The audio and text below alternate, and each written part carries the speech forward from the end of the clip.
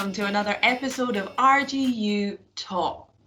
I'm joined today by one of our international postgraduate students, Julia Salviano.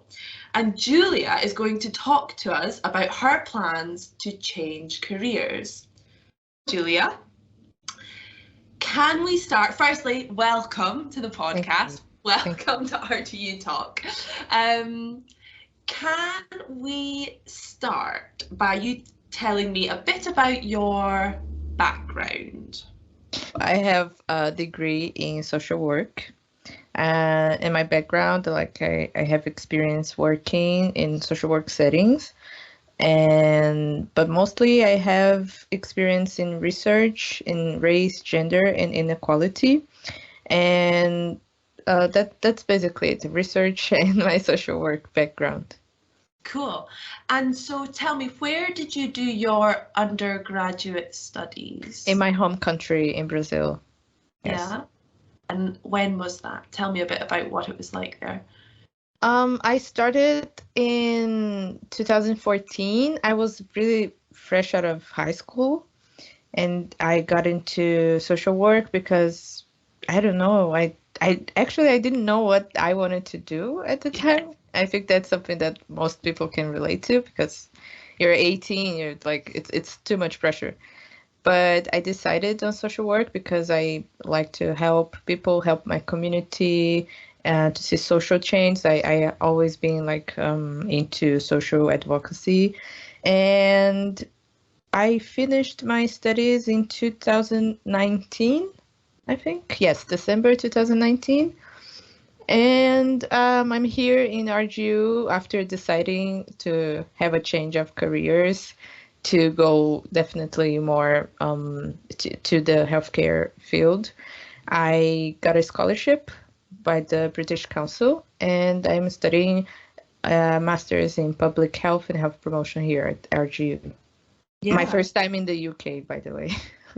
So it was the first time in the UK was when you touched down to come here. Yeah. It's been great. I graduated, and then little did I know that I would be in a pandemic, and Brazil had this political and economic crisis. I lived in China in 2018, and I wanted to go back to China. That was also my plan, and that also didn't work out because of the pandemic. So I found myself in this situation where I was deciding and reconsidering everything I wanted to do. So between those, okay, what do I do? I'm not happy with my possibilities right now with just my degree. So what can I do to change things up and to get to some place better than where I am right now? Yeah. And that's where I started searching about the scholarships and opportunities to go abroad to study.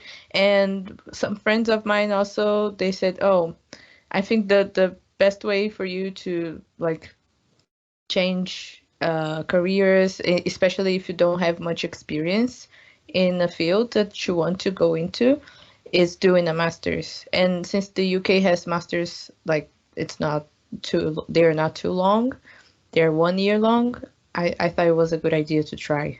Yeah. So your undergraduate was a degree in social work, is that right? Yes, correct. Yeah. Tell me how you found out about Robert Gordon University, and tell me about your sort of preparation, what research you did to sort of lock this university down as your choice. First of all, I had to find a university that would give me the opportunity to study with a full ride scholarship. That was my main concern because I don't have money. So I had to have funding to pursue education abroad. So between the universities that I was researching, I saw RGU and their program for public health, which was a kind of different from the other universities I have researched, because they are, in my perspective, they're a little more focused on the social aspect of public health and health promotion. So that's the thing that mostly stood out for me and piqued my interest in applying. So when I saw that they were participating, they were one of the universities in the British Council Women in STEM Scholarship, I said, oh, I have to apply. So I applied to other universities, but I think RGU, because of the program that was very aligned to what I knew. And what was it about the MSc in public health and health promotion that that grabbed your attention? It was actually this part of social aspects and how they influence health, how the place you live, how the environment, how your it is called, now I know because I studied like the wider determinants of health. So they have a more focus on not only being disease free, not only being like healthy physically, but you also have to pay attention to what's going on in the wider context. And that was something that we always discussed in my social work undergrad. During the course, everything was about like how the environment, how your socioeconomic situation reflects your health outcome. So it's been really amazing to have this opportunity to study all these things in the health field, but they feel so familiar to me. So I say I'm changing field of study, I'm saying I'm changing careers, but it feels so close that it doesn't really feel like it. So but that's a good thing. That's a good thing because I still feel like I have much to contribute with my background to something that is also new for me.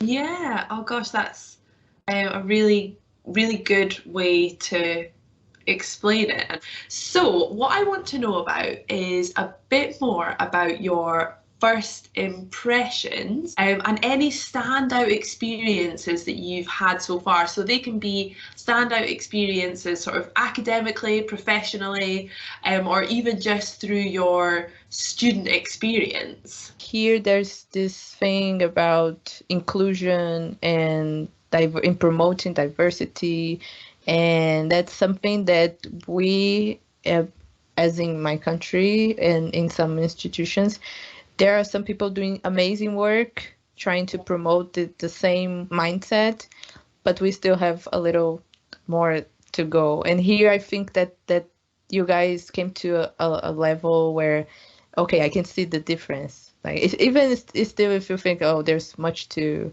achieve. Yeah, there's always something to achieve, but I think it's really good how you include and promote people of different backgrounds, ethnicities. I think when we stop trying to improve it, that's when when we think we've got it right, that's when the problem begins. Yeah. I think there's always more that we can do, but I'm glad that you've had a good experience so far. What are you most looking forward to doing in the course? And then I want to know what you're most looking forward to doing in your career.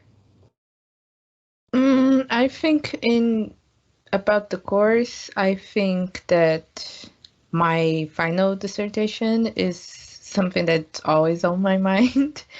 And I'm looking for already themes and subjects that I can explore because I want to focus on something that I can have the possibility to also explore in my like career-wise, because I want to have to use every opportunity I have to have experience and to get a good job, which leads me to, after I graduate, I really hope I get good opportunities in the healthcare field.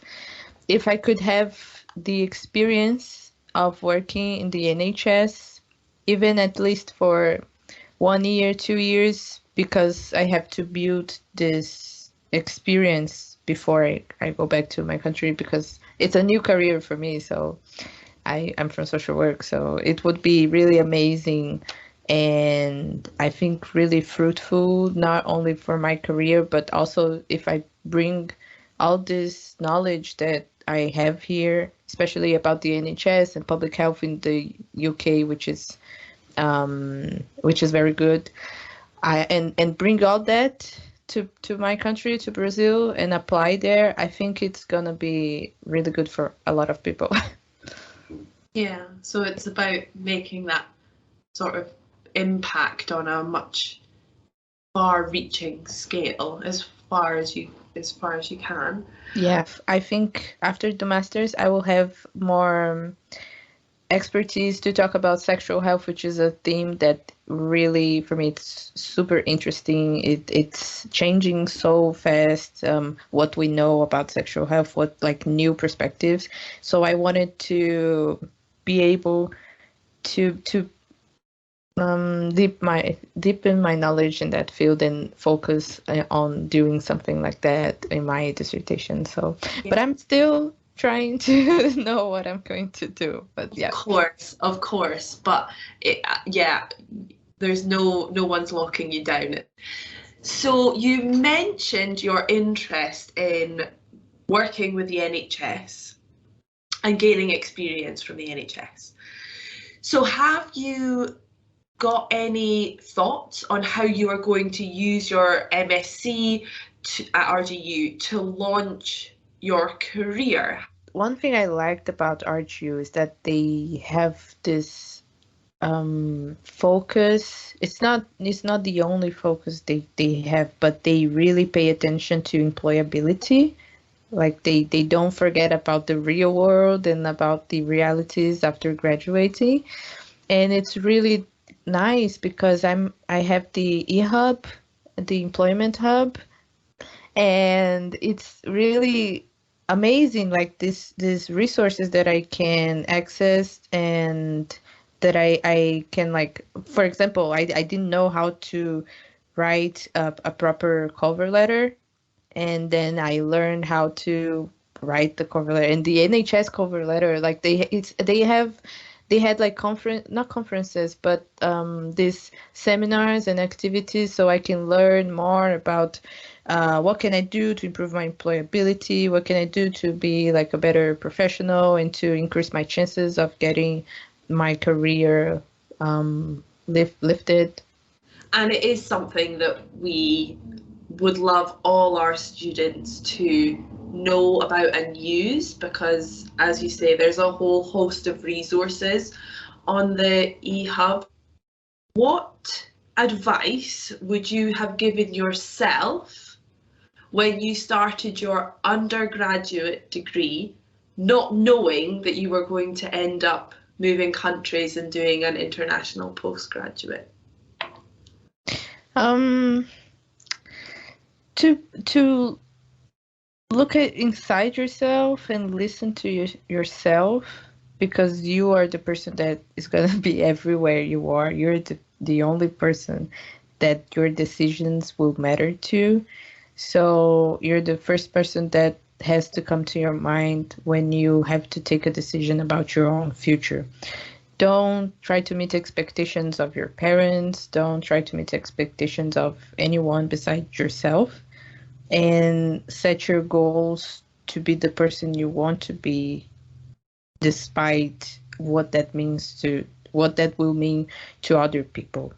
And more than like an advice, like one thing that I learned, like this huge lesson that I learned, is that even though things don't work and they might not work out the way you play in your head or you play in your mind, if you just keep going, you will look back and you see that everything is at least experience, and you will take something from that will make you great for the things that you want to achieve, and you will achieve them. So yeah, that's, wow, very What a lovely way to end our chat. Honestly, I love that. Thank you so much, Julia. I think you've given us a lot there, and a lot for our other students, both undergraduate and postgraduate, to mull over. So I just want to close by saying thank you very much, and I wish you all the very best with the rest of your studies. Thank you. Thank you. Thank you for the opportunity of opening my heart for everyone.